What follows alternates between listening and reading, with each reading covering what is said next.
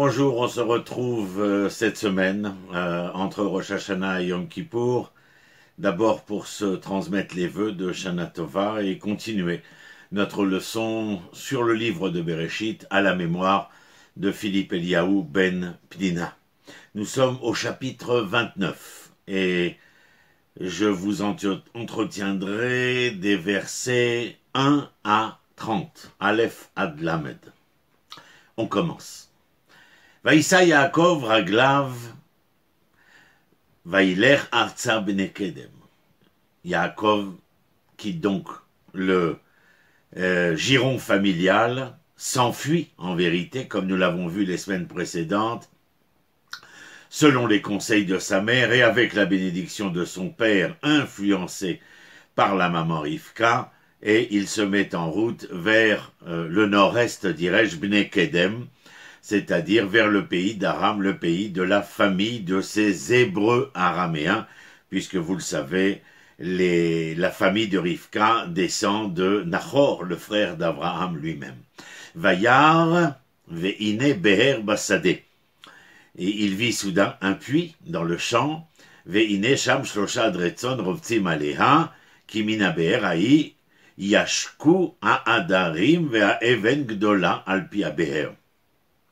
Donc il vit un puits, et autour de ce puits, il vit des bergers, des troupeaux, au nombre de 3, puisque le puits en question servait de source pour abreuver le bétail. Et sur ce puits, il y avait une pierre, qu'on imagine ronde, bien entendu, assez importante, qui se trouvait Alpi Aber. Vous ferez attention avec moi sur la bouche de ce puits. Lorsque l'on sait que le puits est, la cohabitation, la collaboration qui existe entre Dieu et l'homme. Pourquoi? Eh bien parce que le puits, Be'er, est construit de main d'homme, mais venant puiser aux sources des nappes phréatiques. Et donc ces nappes phréatiques font partie de la nature voulue, créée par l'Éternel, et le puits voulu, construit de main d'homme, et là il y a une cohabitation. Vous entendrez avec moi bien entendu que la bouche du puits, l'ouverture en quelque sorte, est donc une certaine manière de nous dire qu'il y aurait ou qu'il devrait y avoir, puisque nous rencontrons ce puits de manière intempestive dans le texte biblique, eh bien c'est que cette bouche du puits, cette ouverture du puits est à même d'exprimer quelque chose. Et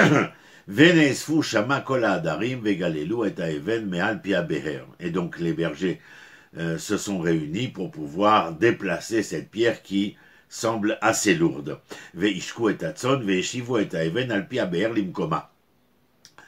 ont abreuvé le bétail et remis la pierre en place. Vayomer lahem Yaakov. Yaakov, qui arrive auprès de ce puits, interpelle les bergers. Achai, mes frères, me'aïn atem, d'où êtes-vous? Mi-Haran anachnu. Et ils répondirent laconiquement, de Haran nous sommes. Vous vous rappelez que Haran est la cité dans laquelle s'installa Nahor, le frère d'Abraham. Vayomer lahem ayadatem et Lavan ben Nahor. Connaissez-vous Lavan, fils de Nahor? Vayomru, et ils répondirent, toujours de manière aussi laconique, Yadanu. Vayomer lahem a shalom, lo, est-ce qu'il va bien? Vayomru shalom. Ils répondirent, en paix. Veine Rachel bito ba imatson. Ine, dans le texte biblique, est la soudaineté, où l'on nous dit que soudain, cette bergère, que l'on nomme ici Rachel, eh bien, s'approcha avec son bétail. On imagine bien entendu qu'elle venait auprès du puits pour les mêmes raisons que les bergers. Vayomer en od ayom gadol lo et asef amikne. Alors cette phrase m'a toujours provoqué un sourire en coin lorsque Yaakov leur dit: est-ce que le jour est encore est encore long? N'est-il pas venu le moment où vous devriez rassembler votre bétail et donc, d'une certaine manière, vous mettre en route? Ashku Hatson ou les Choreu, abreuvez votre bétail et allez-vous-en paître en quelque sorte ailleurs. Vayomru lonuchan. Et ils répondirent, nous ne pouvons pas. Adasher yasvu kol hadai adarim vegalelu et haeven me'al pi habe'er veishkinu ratzon, jusqu'à ce que nous rassemblions le bétail. Une nouvelle fois, nous déplacions cette pierre qui ferme le puits. Cela prendra énormément de temps.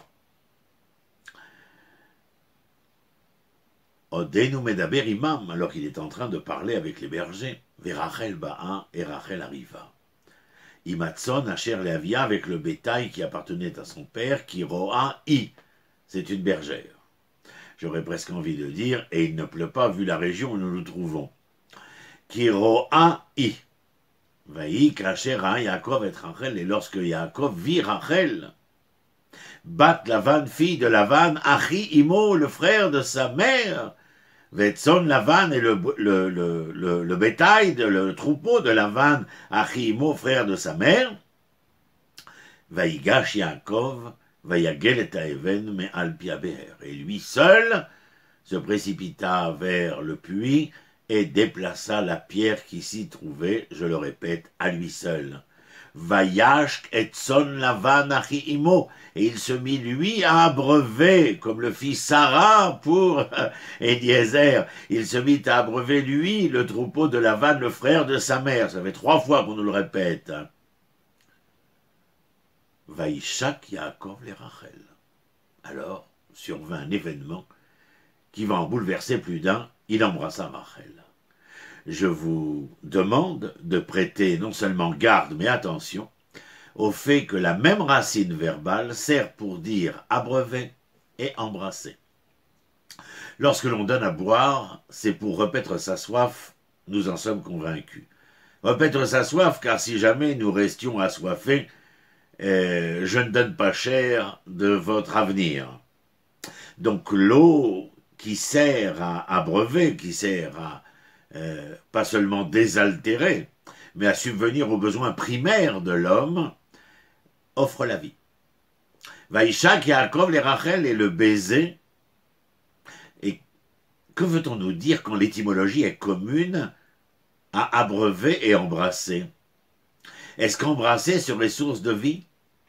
D'une certaine manière, peut-être que oui, car Ishakeni mineshikot piou. Il m'embrassera du baiser de sa bouche. Et on sait très bien que le baiser n'est pas une inspiration, mais une expiration qui nous rappelle Vaïpar be'apav nishmatraim, il insuffla dans ses narines un souffle de vie. Le souffle de vie est une expiration insufflée par l'Éternel. Et donc, je fais un parallèle en me disant que lorsque j'embrasse, j'insuffle, car j'expire, mais cette insufflation est donc un souffle de vie. Extraordinaire, n'est-ce pas? Et c'est donc la raison pour laquelle il y a une même racine entre Vaïashk et Vaïshak. Donner à boire et embrasser. Dans les deux cas, nous trouvons une occurrence commune qui est celle d'insuffler la vie, d'offrir la vie, de donner la vie. Je reviendrai à la fin de notre lecture, comme d'habitude, sur ce que je vous ai préparé comme réflexion concernant ce passage que nous lisons. Donc il embrassa Rachel, et puis il y a marqué « Vaïssa et kolo vaïevk ». Et alors il s'écria, ou il cria, il éleva la voix, vaïevk, et pleura. Vaïaged Yaakov les Rachel qui achi aviaou. Et Yaakov dit à Rachel qu'il était le frère de son père. En fin de compte, il est le neveu de son père. Il est le neveu de son père, Veki ben Rivka ou, car il est le fils de Rivka. Vatarot vateged la via, et Rachel s'en retourna en courant pour raconter à son père ce qui venait de se passer. Vaïk Shomea Lavan et Shema Yaakov ben Achoto, lorsque Lavan prit connaissance de la présence de Yaakov, le fils de sa sœur, Vayaros Ligrato, il courut vers lui, Vayichabek lo, il l'enlaça, Vayanachek lo, et il l'embrassa. Vayavieu el beto, et il l'emmena en sa demeure. Vayesaper les Lavan et kol advarim haele. Yaakov, bien sûr, raconta à Lavan tout ce dont il devait l'entretenir. Vayomer lo Lavan, et Lavan lui dit, Atzmi ou Basari ata. Atzmi ou Basari, ça veut dire tu es la chair de ma chair, en fin de compte tu es de ma famille.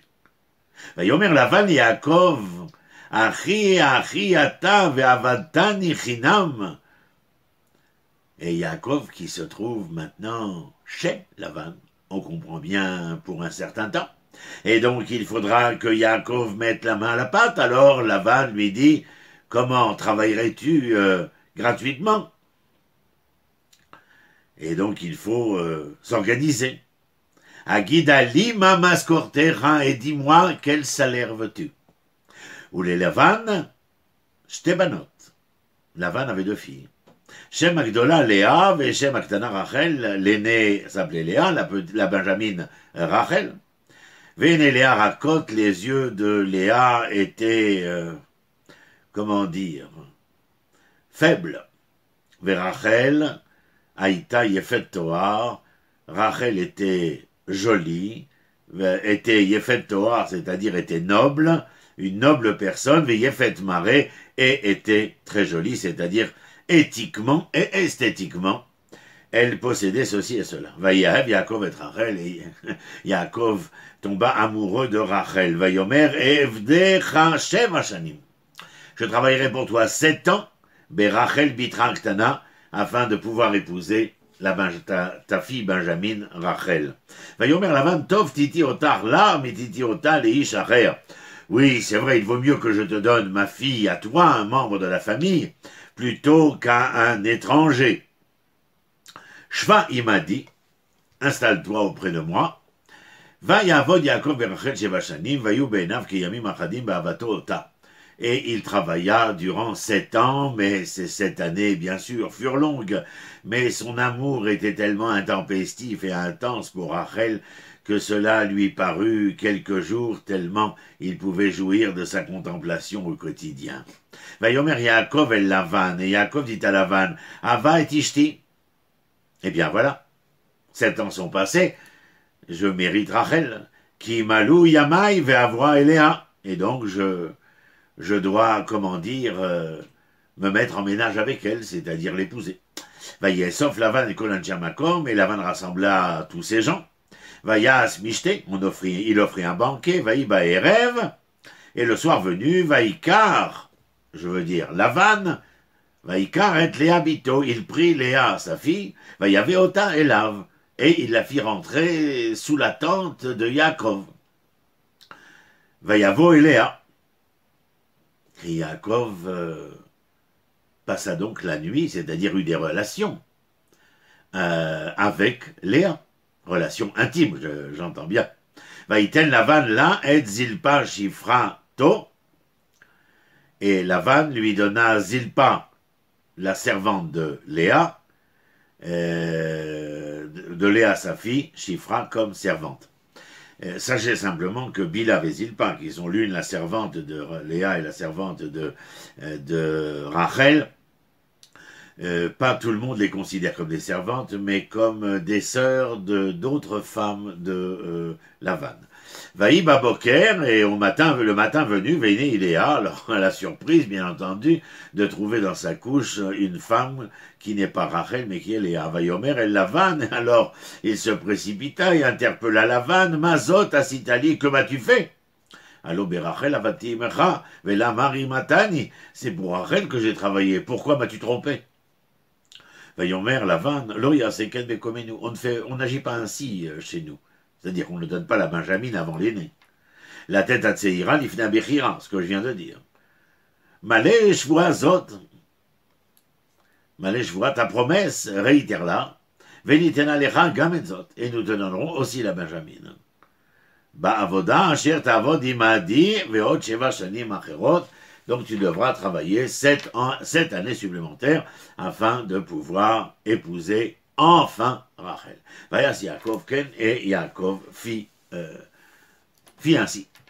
Vayemale Shvuazot, et il remplit son devoir, sa promesse. Je vous rappelle que Shvua, la promesse, est également composée dans l'étymologie des mêmes lettres que Sheva.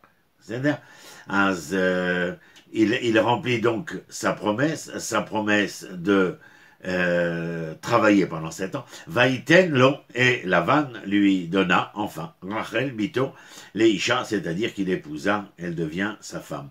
Vaïten Lavan les Rachel, Bito et Bila, et à ce moment-là, de la même manière qu'il avait donné Zilpa à Léa, il donna Bilha, la servante de Rachel, je vous rappelle servante, mais aussi femme de fille d'une autre concubine de Lavan, Vayavo Gamel Rachel, et il eut des relations intimes avec Rachel aussi, Vayehav Gamet Rachel, et il aima aussi Rachel,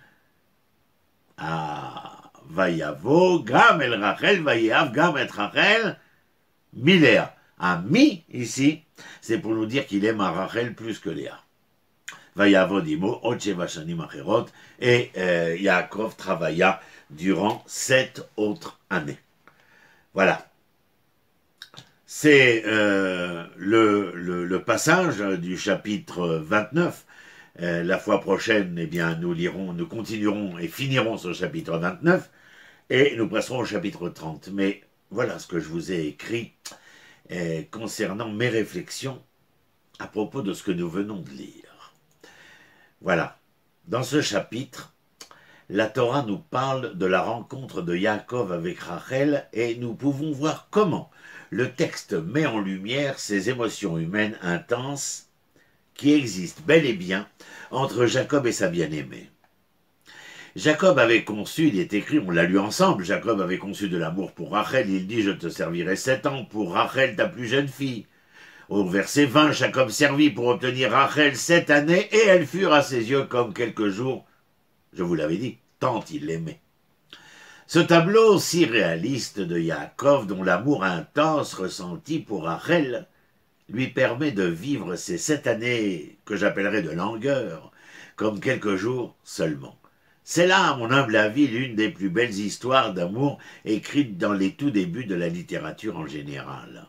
Cependant, face à la beauté bouleversante de ce romantisme, vous vous demandez, est-il possible que le pouvoir de cet amour correspond au caractère de Yaakov? Qu'est-ce à dire? Est-il fidèle, notre cher patriarche, à la sainteté et à l'extase de nos maîtres patriarches qui marchent dans les mondes suprêmes et où les anges de Dieu se révèlent à chacune des étapes de leur chemin? Plus jeune, lors de mes découvertes du texte hébraïque, on m'expliqua que cette fameuse rencontre entre Yaakov et Rachel provoqua chez Yaakov une immense émotion insoutenable qui se traduisit tout bonnement par ce baiser langoureux dont nous parlions. Vous vous rappelez, Jacob embrassa Rachel et il éleva la voix en pleurant. Mais, me dira-t-on, comment est-ce possible? Notre saint Yaakov embrassant sans aucune retenue Rachel de cette manière? Alors bien sûr, très vite, on lui trouva des circonstances atténuantes. Immédiatement après le baiser, nous lisons « Et il éleva la voix en pleurant ». Jacob se serait ainsi ressaisi dans l'instant, et on aurait pu l'entendre dire « À quoi pensais-je en l'embrassant? Où avais-je la tête ?» Et bien sûr, il pleura de remords et demanda pardon à Dieu pour son égarement. Mes chers amis, l'explication qui m'était donnée ne pouvait guère me satisfaire, vous vous en doutez. Comment oser affirmer que l'expression de nos émotions, toute humaine, serait caduque? L'attitude humaine de Yaakov doit donc être rationalisée et expliquée. Néanmoins, c'est précisément en soulignant les émotions humaines de Yaakov que le Tanar veut nous apprendre qu'il n'y a nulle contradiction entre la transcendance spirituelle de Yaakov et son intense amour pour Rachel. Le Talmud, d'ailleurs, dans le traité de Brachot, page 61, raconte que Rabbi Akiba avait atteint une telle sainteté par son amour incommensurable pour Dieu que lorsque l'on arracha sa chair avec des peines de fer, il cria avec force l'unité divine jusqu'à ce que son âme le quitte.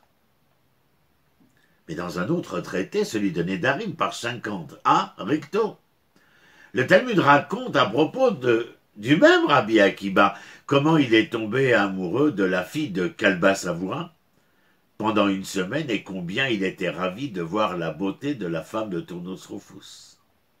D'après ces récits, on peut voir que les sages, à la suite du texte de la Torah, n'ont pas vu, senti, ressenti de contradiction entre les sentiments humains et la grandeur spirituelle. Le rabbin de Kotsk, le rabbi de Kotsk, Menachem Mendel de Kotsk, a abordé ce point et avait l'habitude d'expliquer le verset suivant dans le livre de Shemot, chapitre 22, verset 31. « Vous devez aussi être des hommes saints devant moi. » Le rabbi affirme que Dieu déclare au peuple d'Israël des anges, j'en ai plus qu'assez. Ce que je vous demande d'être, ce sont des personnes saintes. Qu'est-ce à dire? La Torah ne cherche pas à supprimer les sentiments de l'homme, au contraire. Elle exige un vécu, une existence foncièrement humaine, et dans un même temps, l'expression pleine et entière de nos attributs et sentiments humains, afin de réaliser l'œuvre du projet divin. Malheureusement, au fil du temps, cet entendement fut déchu, et les caractères naturellement humains, fourvoyés par les diablotins du religiosisme. Le Rav Kook explique cela de cette manière.